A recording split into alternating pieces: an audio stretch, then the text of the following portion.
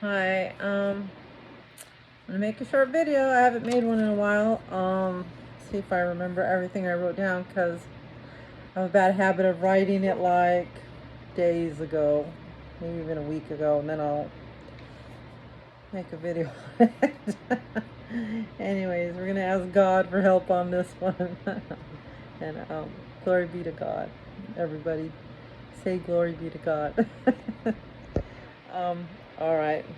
So let's look at the stuff I wrote down here. I was gonna say whenever an you know, important thing comes into your life, or a decision, or a change, or it seems like you come into a crossroads, which way you're gonna go. You have two choices. Pick one.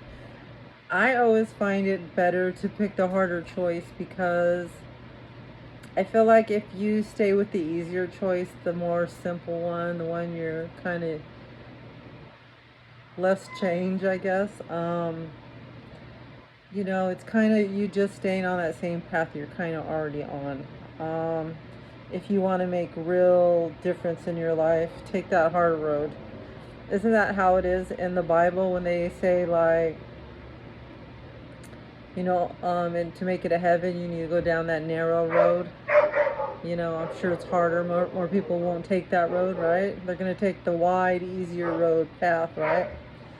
So when you come to your crossroads, take the harder road, even though you can't see what's down that road. You don't understand it. Um, you know, change is good, even though you don't see it at that time or think it is. I feel like there's, always something better than where you're at. So you really have to put trust in God, and pray to Him and ask Him for wisdom and which road you should choose, and that there's something better down that way for you. Yeah, so choose the narrow road, right? It's probably harder, but in the long run it's going to be better. Everything worth having isn't going to come easy, right? Yeah, if it was easy, everybody would have these things, right? You would already have had them. It was easy, right? No, if you want something different, you really have to go down that hard road sometimes, or you should all the time. Put your faith in God, your trust. All right, and the next one is, everything in your life, God is the final word on what's going to happen to you and your life. It's God. So have a relationship with Him. He's going to decide your fate, good or bad. So, yeah, I wouldn't just put it in my own hands because, really, what power do you have? What power do I have? We don't have any. It's up to God always. And then I wanted to talk about, who does God choose to do His work for Him? Who does He choose? And I'm going to tell you who He chooses. It isn't people who are the most faithful, the most purest, the most, one that studies the most Bible, the one that the most knowledgeable. You know who God chooses to do His work? It is the willing. The willing. He's calling everybody. You need to quiet your mind so you can hear it, and distracting yourself with, people, places, things, television, video games, and music, and TV. It's entertaining your mind, so you're unable to quiet it enough to hear God. You know, um, Sometimes you need to take time to just be with God. Quiet your mind. I know some people meditate or whatnot, but quiet your mind so you can hear God. You know. Um, and He can't call you to do His work if you're not listening, right? And like I said, He doesn't pick the perfect person. He picks the willing, because if the perfect person isn't really listening or willing, then how can he use them, right? He has to use the willing, whoever that might be, whoever is willing to do his work, and be faithful and not care what people say or what people think or what people do, because, nobody said that path would be easy or that people would understand it. And, yeah, it's going to be the people, not even one person. God, he picks many people. So don't think he just picked you alone. No, there's many people out here, and you know they're not all working on the same project. Whatever God has them doing, they were willing to do it. So, and they're sacrificing. Believe me, it's not an easy road, and it isn't one that they always chose for themselves. They heard God and they were willing. I was reading my Bible. I was in Deuteronomy 30:10, and I just wanted to read that really quick. Let's see, where am I at?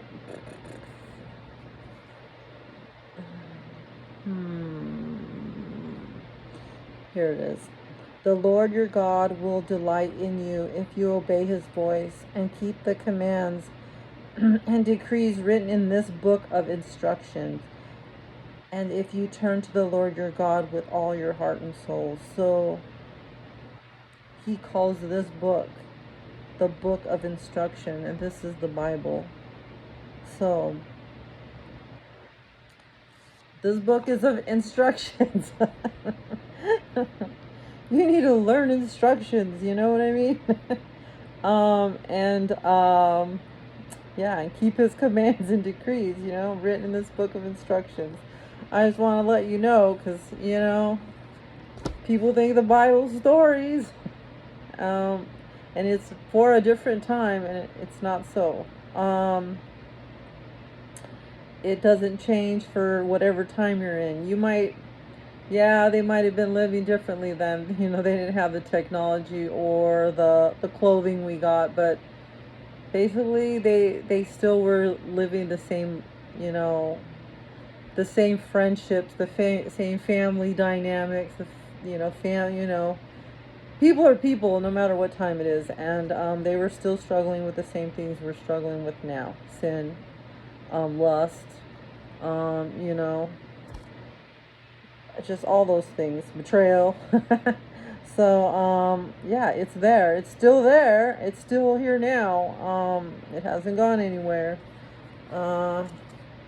But this book, the Bible, is a book of instructions, and it's to help you so you can overcome those things. And if you haven't yet, it's here to help you have a relationship with God. I mean, just saying you're a Christian and going to church once a week is it's really not enough. Being for God and Jesus and the Holy Spirit, it's really a lifestyle. It's a change in who you are, and in your life. It's a change. It's a whole change. Are you willing to change? I don't know. I mean, I had to go through a change. I used to live a different lifestyle when I was younger. And I had to go through a change. The change is really humbling. You think a lot differently. When I was younger, I was really, I guess I'm going to just say I was careless, careless with myself and with others, and how I viewed the world, I guess, and the people around me. Just careless. That's a good word for it. When you start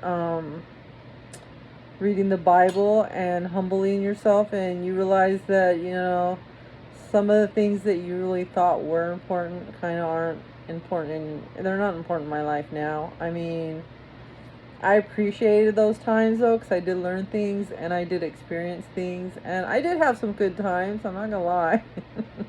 But for me, God is still more than those times. And Yeah, it's better with God. Yeah, I get a peace of mind. You want a peace of mind, follow God.